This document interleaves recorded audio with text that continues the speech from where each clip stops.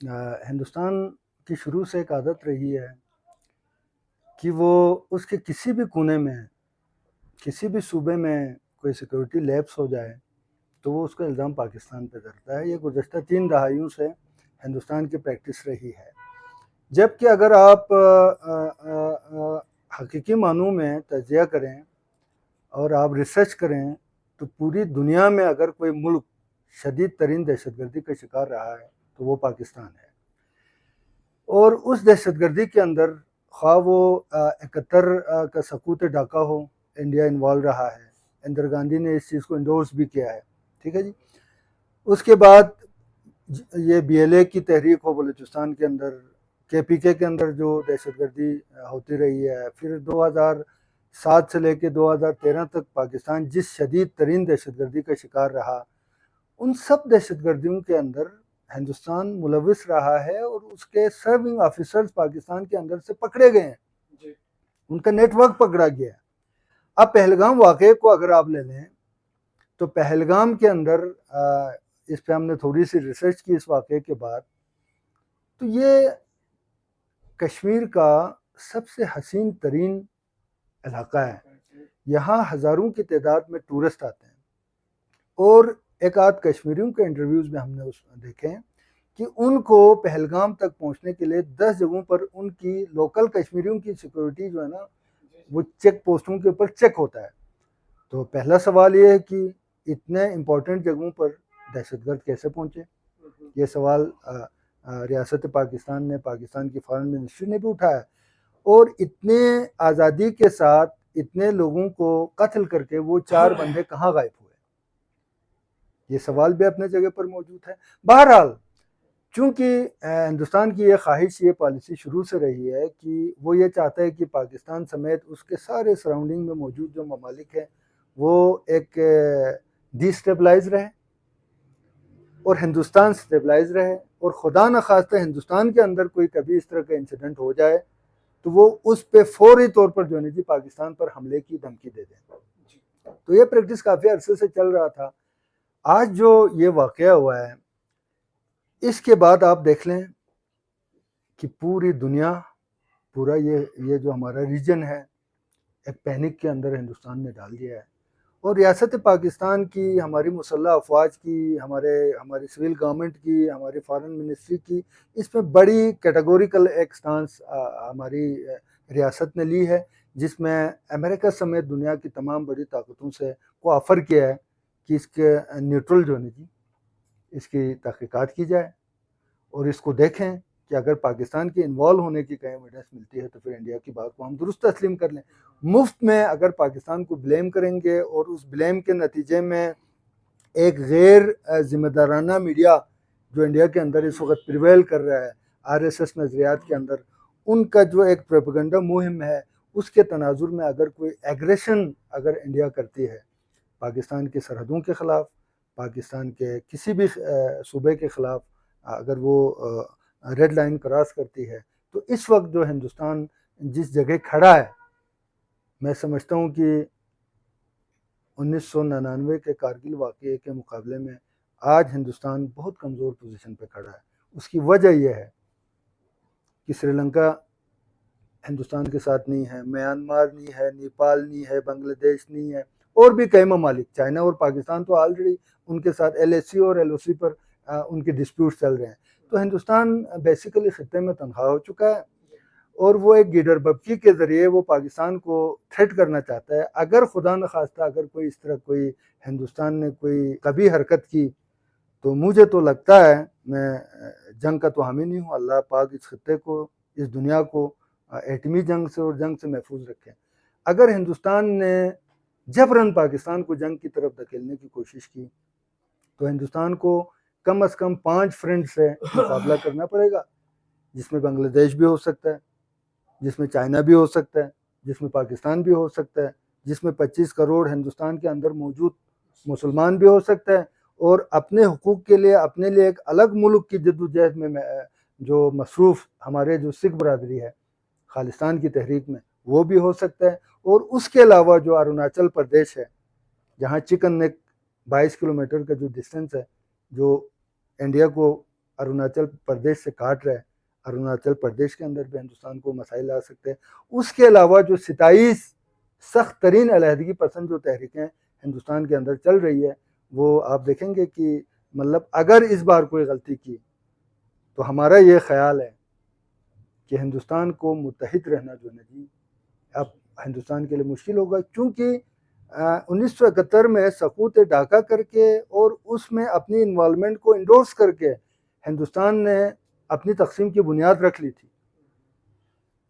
71 میں بنگلہ دیش کو الگ کر کے دراصل ہندوستان نے اپنی تقسیم کی بنیاد رکھ لی تھی، کیونکہ آج کا ہندوستان وہ جمہوری ہندوستان نہیں رہا ہے۔ آج کے ہندوستان میں برہمن ہندوؤں کے علاوہ جو دیگر ذات کے جو ہندو برادری ہے، سکھ ہے، کرسچنس ہیں، مسلمس ہیں، ان کے اندر ان کے اوپر زندگی تنگ ہو چکی ہے، اور ہندوستان میں رہنا ہے تو گاؤ ماتا جی کہنا ہے۔ یہ جو انتہا پسند تھیوری ہے مودی کی، آر ایس ایس کی، اور اس کے جو انتہا پسند جو اس کے جو کولیگس ہیں، میں سمجھتا ہوں کہ یہ ہندوستان کو تباہ کر دے گا، یہ ہندوستان کو اکیلا کر دے گا، اور یہ ہندوستان کو توڑ دے گا۔ جہاں تک پاکستان کی بات ہے تو پاکستان کے پاس اگر 10 لاکھ فوج ہے یا 12 لاکھ فوج ہے تو 25 کروڑ عوام جو ہے لا الہ الا اللہ محمد رسول اللہ کی بنیاد پر پاکستان کی مسلح افواج کے شانہ بہ شانہ ہے اور جذبہ جہاد سے لبریز ہے۔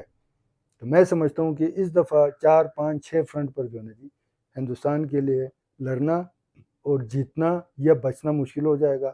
اسی تناظر میں ہم مودی سرکار سے اور ہندوستان کی سرکار سے گزارش کرتے ہیں کہ آپ ہوش میں رہیں، خطے کو جنگ سے بچائیں، دونوں طرف غریب لوگ ہیں، اور اس علاقے کو صحرا ہونے سے بچائیں۔ اگر پاکستان تباہ بھی ہو جاتا ہے خدا نخواستہ تو پوری دنیا کے اندر جو ہے جی 1.5 ارب مسلمان موجود ہے لا الہ الا اللہ محمد رسول اللہ کہنے والے، لیکن ہندوستان تباہ ہو جائے تو پوری دنیا میں کوئی اور ہندو ریاست نہیں ہے۔ تو میں سمجھتا ہوں کہ ہندوستان کو، ہندوستان کے اکابرین کو بہت سنجیدگی سے کام کرنے کی ضرورت ہے۔ پاکستان کا سٹانس بڑا کلیئر ہے، پاکستان نے کہا ہے، بالکل لا تعلقی کا اظہار کیا ہے پہلگام واقعے سے، اور اپنی طرف سے کسی ایگریشن کے سے بھی پاکستان نے انکار کیا ہے۔ تا وقت کی ہندوستان کوئی ایسی جارح حرکت نہ کریں، اور اس حرکت کے بعد جو ریٹیلیٹ پاکستان کرے گا وہ ہندوستان اور اس کے طالع آزماؤں کی سوچ سے بہت زیادہ ہوگا، جس کے نتیجے میں جو ہے جی ہندوستان تباہی کی طرف گامزن ہو جائے گا۔ بہت شکریہ۔ بہت شکریہ اشرف صداد صاحب۔ اسی سوال کو لے کر گفتگو کے سلسلے کو ہم مزید آگے بڑھاتے ہیں۔ پاکستان پیپلز پارٹی ضلع اسکردو کے صدر سید محمد علی شاہ صاحب، شاہ جی میں آپ سے یہ جاننا چاہوں گا کہ اس پہلگام میں ہونے والے واقعے کو آپ کس نظر سے دیکھتے ہیں، اور یہ جو بھارت کے یک طرفہ جو اقدامات ہیں آبی جارحیت کے حوالے سے بھی اور سرحدی کشیدگی کے حوالے سے بھی، اس کے بعد پیدا شدہ صورتحال پہ آپ کا کیا تبصرہ ہے؟ اعوذ باللہ من الشیطان الرجیم، بسم اللہ الرحمن الرحیم۔ قاسم نسیم صاحب، آپ اور آپ کے ٹیم کا شکریہ کہ آپ نے اس پہلگام واقعے کے اوپر ہمیں اپنے خیالات کا اظہار کرنے کا موقع فراہم کیا۔ بخوبی جانتے ہیں کہ مودی سرکار جو ہے وہ مسلمانوں کو تنگ کر کے، پاکستان کے ساتھ اس طرح کی گڑبڑ کر کے، جو وہاں پر ہمارے انڈیا میں جو مسلمان ہمارے بھائی ہیں ان کو تنگ کر کے وہ ووٹ لیا ہے۔ اس نے جب بھی الیکشن نزدیک آیا اس طرح کی منفی اور اس طرح کی حرکتیں اس نے کی کر کے اس نے جو ہے ووٹ لے کے وہ انڈیا کے وزیر اعظم بنے ہیں۔ اور ابھی پہلگام واقعے کے اوپر ہمارے بھائی اشرف صدہ اور تقی اخندزادہ نے بڑے زبردست انداز میں انہوں نے بات کی کہ یہ واقعہ ٹوٹلی انہوں نے خود کیا ہے۔ یہ کوئی کسی کے اوپر پاکستان کے اوپر جو الزام لگاتے ہیں تو یہ ٹوٹلی ہم اس کی مذمت کرتے ہیں، جبکہ اس نے ایک ڈرامہ بازی کر کے انہوں نے خود وہاں پر اٹیک کروایا ہے اپنے بندوق کے تھرو، ورنہ وہاں پر 8-10 چیک پوسٹ کے اوپر جو ہے وہ چیک کر کے بغیر بندے وہاں پر نہیں پہنچتے ہیں، تو یہ کیسے جو ہے وہاں پر وہ بندے پہنچے ہیں؟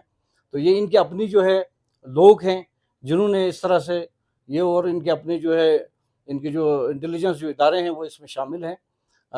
ہمارے چیئرمین بلاول بھٹو زرداری صاحب نے بھی کہا کہ بھائی اس طرح دیگر جو ہمارے پاکستان کے قائدین ہیں، ہمارے پاکستان کے وزیر اعظم صاحب نے بھی کہا کہ بھائی ٹھیک ہے آپ اس کے اوپر جو ہے ایک تحقیقات کریں، دنیا کے لوگوں کو بلائیں اور اس پہ تحقیقات کریں، اس میں لوگوں کو انوالو کریں، اگر اس میں کوئی ہماری کوئی فالٹ ہے تب پاکستانی جو ہے اس کو مانیں گے، لیکن میرا خیال ہے کہ کوئی اس طرح کی پاکستان کی طرف سے کوئی اس طرح کی مداخلت یا کوئی وہاں پر کوئی فائرنگ وغیرہ یا کسی کو وہاں پر نہیں مارا. یہ ٹوٹلی جو ہے اس مودی کی اپنی جو ہے کرستانی ہے، اس کی اپنی جو ہے کہ ڈرامہ بازی ہے. ہم اس کی بھرپور مذمت کرتے ہیں. اور آپ نے فرمایا کہ اس وقت گلگت بلتستان کے عوام کے حوالے سے میں یہ بتانا چاہوں گا کہ جس طرح 99 میں جو کرگل یہاں پر وار ہوا، اس میں آپ نے دیکھا کہ ہمارے پاک فوج کے ساتھ پورا گلگت بلتستان کے لوگ، بزرگ، جوان ایک جذبے کے ساتھ ہمارے پاک فوج کے ساتھ دیا ہے. اور الحمدللہ ابھی اگر یہ جنگ انڈیا نے مسلط کی، وہ کہ ہمارے پاکستان کی طرف سے، ہمارے وزیر اعظم کی طرف سے، ہمارے چیئرمین بلاول بھٹو زرداری کی طرف سے، صدر پاکستان کی طرف سے، پاکستان کے جو ذمہ دار لوگ ہیں، جنرل ہمارے جو پاک فوج کے جنرل ہیں سعید عاصم منیر صاحب کی طرف سے، انہوں نے کہا کہ ہم پہل نہیں کریں گے، اگر انڈیا اس کے اوپر پہل کریں گے تو اس کو سبق سکھائیں گے. تو انشاءاللہ الرحمن گلگت بلتستان کے لوگ اس وقت آپ دیکھ رہے ہیں اپنے کاروبار چھوڑ کے، اپنے معاملات زندگی چھوڑ کے پاک فوج کے حق میں جو ہے یہاں پر ریلیاں نکال رہے ہیں، پاک فوج زندہ باد کے نعرے لگا رہے ہیں، حکومت پاکستان زندہ باد کے نعرے لگا رہے ہیں. تو انشاءاللہ الرحمن قاسم صاحب جس طرح ہمارے لوگوں نے پاک فوج کے شانہ بشانہ کھڑے ہوئے ہیں 99 میں کرگل وار میں، اور اس سے ابھی بڑھ چڑھ کے انشاءاللہ ایک جذبے کے تحت ایک جد و جہد کریں گے. پاک فوج کے شانہ بشانہ گلگت بلتستان کے عوام کھڑے ہوں گے، اور انشاءاللہ اس دفعہ مودی کو پتہ چلے گا کہ پہلے والا وہ پاکستان نہیں رہا. پاکستان کے پاس بڑے بڑے آپ نے دیکھا کہ اس وقت جو ہے دنیا کے بڑے ملک جو ہے ابھی حال ہی میں جو میزائل پاکستان نے بنایا ہے اور مختلف قسم کے جہاز جو ہے پاکستان نے تیار کی ہے. تو یہ نہیں ہے کہ پہلے کی طرف وہ جنگ ہوگا. تو انشاءاللہ اس دفعہ جب جنگ کریں گے تو انشاءاللہ ان کو سبق سکھائیں گے پاکستانی قوم، اور پاکستانی فوج جو ہے وہ ایک جذبے کے ساتھ کھڑے ہیں. تو ہم سب ہمارے پاک فوج کے شانہ بشانہ کھڑے ہیں. جبکہ ان کے جو پنجاب کے جو کل کوئی ان کے سکھوں کے جو بڑے بڑے لوگوں نے کل بیان بھی، اسٹیٹمنٹ بھی جاری کیا ہے کہ اگر پنجاب سے گزر کے پاکستان کے اوپر حملہ کریں گے تو ہم سکھ برادری اس کو اس طرح کی اجازت کبھی نہیں دیں گے. یعنی اس کے اندر بھی ایک ٹوٹ پھوٹ کا شکار ہے مختلف قسم کے. جب صدا صاحب نے کہا یعنی ان کے جتنے بھی وہاں پر کرسچن ہے، اچھا جی، اس طرح سے سکھ برادری ہے، جو نچلے طبقے کے جو ہندو ہے، وہ سب ان کے خلاف ہو گئے ہیں. ان سب کا انہوں نے انڈیا میں جینا دوبر کیا ہے. وہ سب پاکستان سے پہلے وہ سب ان کے وہیں پہ ہی ان کے اوپر جو ہے وہ لوگ خود اٹیک کریں گے. تو انشاءاللہ الرحمن ہم گلگت بلتستان کے جو نوجوان ہیں، جو بزرگ ہیں، ان سب سے ہماری اپیل ہے کہ آپ نے پاک فوج کے شانہ بشانہ کھڑا ہونا ہے. اور انشاءاللہ الرحمن اس دفعہ انڈیا کو جو ہے وہ ایک میسج گلگت بلتستان سے جائے گا، پورے پاکستان سے جائے گا، اور ہم پاک فوج کے شانہ بشانہ کھڑے ہیں. تو انشاءاللہ الرحمن یہ جنگ ہوا تو انڈیا جو ہے اس جنگ کے بعد ان کا نام نشان دنیا سے انشاءاللہ مٹ جائیں گے. بہت شکریہ سید محمد علی شاہ صاحب. ہمارے ساتھ موجود ہیں عوامی ایکشن کمیٹی بلتستان کے صدر نجف علی صاحب. نجف علی صاحب، جس طرح گفتگو ہو رہی ہے، جو پہلگام کا جو واقعہ ہوا اس کے بعد بھارت نے آبی جارحیت بھی کی اور سرحدی کشیدگی کو بھی بڑھایا، جس کے نتیجے میں پورے خطے میں ایک کشیدگی کی کیفیت ہے. اس کشیدگی کو کم کرنے کے لیے آپ دونوں ملکوں کو کیا پیغام دیتے ہیں؟ شکریہ قاسم بھائی. میں سمجھتا ہوں جنگ کسی مسئلے کا حل نہیں ہے، جنگ ہی مسائل ہی جنم لیتی ہے. اس سے پہلے بھی پاکستان اور انڈیا کے درمیان چھوٹے موٹے واقعات ہوئے ہیں. مثلا واقعہ کرگل ہو گیا ہے. کرگل کی متاثرین آج بھی اس کردو میں گلگت میں یہاں پر در بدر پھر رہے. میں دونوں حکومتوں سے، پاکستان اور انڈیا سے اپیل کرتا ہوں کہ خدا را جنگ نہ کرے. جنگ کے آپ جنگ کرنا ہے تو آپ مہنگائی کے خلاف کریں، آپ جو ہے نا بے روزگاری کے خلاف کریں، مطلب خوشحالی کے حق میں جنگیں کرے. جنگ کسی مسئلے کا حل نہیں ہے. پہلگام کو واقعہ ہے وہ ان کے اپنی مطلب سیکورٹی لیبس ہے. میں سمجھتا ہوں کہ ان کو اپنے سیکورٹی اداروں سے پوچھنا چاہیے، ان کو اپنی فوج سے پوچھنا چاہیے کہ مطلب اتنے واقعات یہاں کے ہو گئے. پہلگام کو واقعہ پہ شفاف تحقیقات ہونے چاہیے. اس پر پاکستان بھی الزام لگاتا ہے. میں سمجھتا ہوں یہ قانون اجازت نہیں دیتے اور بین الاقوامی قانون بھی اس بات کی اجازت نہیں دیتا. بہت شکریہ نجف علی صاحب. ناظرین، آج کا ہمارا پینل مذاکرہ آپ نے سنا، اور جو اس وقت جنوب ایشیا میں اور خطے میں جو کشیدگی ہے اس کے اوپر ہمارے جو ماہرین ہیں، جو ہمارے مہمانان ہیں، جناب تقی اخونزادہ صاحب، جناب اشرف صدا صاحب، سید محمد علی شاہ صاحب اور نجف علی کی گفتگو آپ نے سنی. آئندہ ہفتے نئے مہمانوں کے ساتھ پھر حاضر ہوں گے. تب تک کے لیے اجازت دیجیے گا. اللہ نگہبان.